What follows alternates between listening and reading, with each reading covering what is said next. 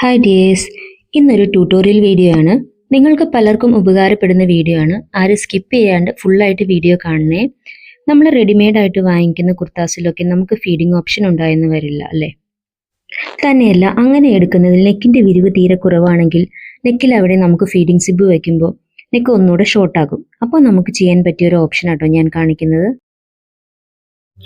ഇതിലിപ്പോൾ ഞാൻ ഷോൾഡറിന്റെ അവിടെ നിന്ന് താഴേക്ക് 8 ഇഞ്ച് ലെങ്ത് അടയാളപ്പെടുത്തി. അതുപോലെ തന്നെ നെക്കിൽ നിന്ന് സൈഡിലോട്ടും 4.25 ഇഞ്ച് അടയാളപ്പെടുത്തി.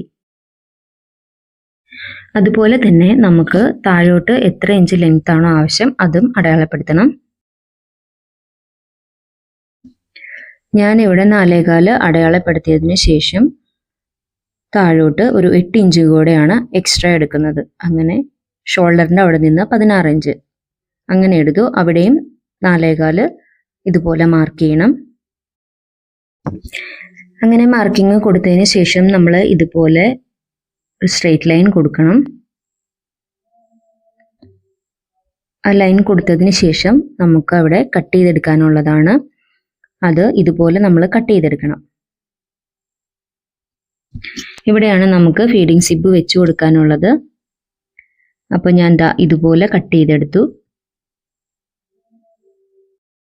നമുക്ക് കട്ടിങ് ഒന്നും ഇല്ലാതെ വരുന്ന കുർത്തിയിലും അതുപോലെ തന്നെ എലൈൻ കുർത്തിയിലൊക്കെ ഇതുപോലെ ഫീഡിങ് ഓപ്ഷൻ വെച്ച് കൊടുക്കാം. അപ്പോൾ ഞാൻ കട്ട് ചെയ്തതിന് ശേഷം ഒന്നുകൂടി ഒന്ന് മെഷർ നോക്കി. അപ്പോൾ 8 ഇഞ്ച് തന്നെ എനിക്ക് കിട്ടി. അപ്പോൾ ഞാനൊരു 2 ഇഞ്ച് വീതിയുള്ള ഒരു പീസ് അതുപോലെ തന്നെ കട്ട് ചെയ്തെടുത്തു. അതിനകത്തും ഞാൻ ആ 8 ഇഞ്ച് തന്നെ അടയാളപ്പെടുത്തി. അതിലും നമ്മൾ സ്ട്രെയിറ്റ് ആയിട്ട് ഒരു ലൈൻ വരച്ചു കൊടുക്കണം. അതിനുശേഷം അത് ആദ്യം നമ്മൾ കട്ട് ചെയ്തതുപോലെ തന്നെ കട്ട് ചെയ്ത് കൊടുക്കണം. കണ്ടോ, ഇതുപോലെ സെന്ററിൽ ഒരു കട്ടിങ് കൊടുത്തു. അതിനുശേഷം നമ്മൾ നിവർത്തി ഇട്ടിട്ട് വേണം അത് കട്ട് ചെയ്ത് കൊടുക്കാൻ, അല്ലെങ്കിൽ ലെവല് മാറിപ്പോവും.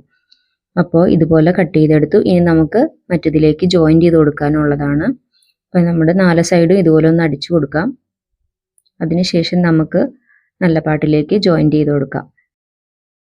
അതിനുശേഷം നമുക്ക് കട്ടിംഗ് പീസ് അതിൻ്റെ മുകളിൽ ഇതുപോലെ വെച്ച് കൊടുക്കാം. നമ്മൾ കട്ടിങ്ങിൻ്റെ ലെവലൊക്കെ മാറിപ്പോകൊണ്ട് നമുക്ക് ഇതുപോലെ ഒന്ന് പിൻ ചെയ്തിട്ട് സ്റ്റിച്ച് ചെയ്ത് തുടങ്ങാം കേട്ടോ. അപ്പോൾ നമ്മുടെ കട്ട് ചെയ്ത പോർഷൻ ഇതുപോലെ ഒന്ന് സ്റ്റിച്ച് ചെയ്ത് കൊടുത്തു.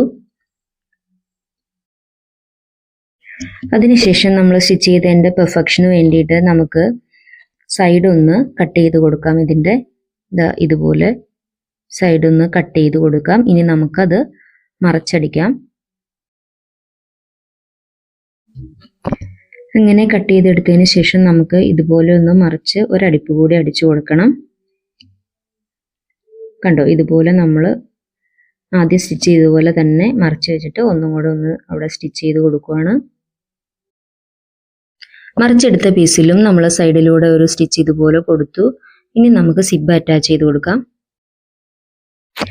കൺസീൽഡ് സിബാണ് ഞാനിവിടെ വെച്ച് കൊടുക്കുന്നത്. അതിന് വേണ്ടിയിട്ട് ഞാൻ പ്രസർ ഒന്ന് സൈഡാക്കുവാണ്. 1 സൈഡ് പ്രസർ വെച്ചിട്ടാണ് നമ്മൾ കൺസീൽഡ് സിബൊക്കെ അറ്റാച്ച് ചെയ്ത് കൊടുക്കുന്നത്. 1 സൈഡ് പ്രസർ ആക്കിയതിന് ശേഷം വീഡിയോയിൽ കാണുന്നത് പോലെ സിബ് അറ്റാച്ച് ചെയ്ത് കൊടുക്കണം. ഒരു സൈഡ് ഇതുപോലെ അടിച്ചെടുത്തതിന് ശേഷം നമ്മൾ തിരിച്ച് മറു സൈഡും കൂടെ അടിച്ചെടുക്കുവാണ്. ഇതുപോലെ നമ്മൾ മറു സൈഡും കൂടെ അടിച്ചു കൊടുത്തു.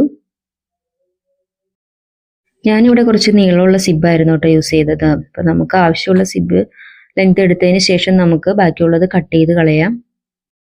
അപ്പോൾ നമ്മുടെ ഫീഡിങ് സിബ് അറ്റാച്ച് ചെയ്ത് കഴിഞ്ഞു. ഇന്നത്തെ വീഡിയോ ഇഷ്ടമായ എല്ലാവരും ഒന്ന് ലൈക്ക് ചെയ്യണം. എൻ്റെ ചാനൽ ആദ്യമായിട്ട് കാണുന്നവരാണെങ്കിൽ സബ്സ്ക്രൈബ് ചെയ്ത് സപ്പോർട്ട് ചെയ്യണം.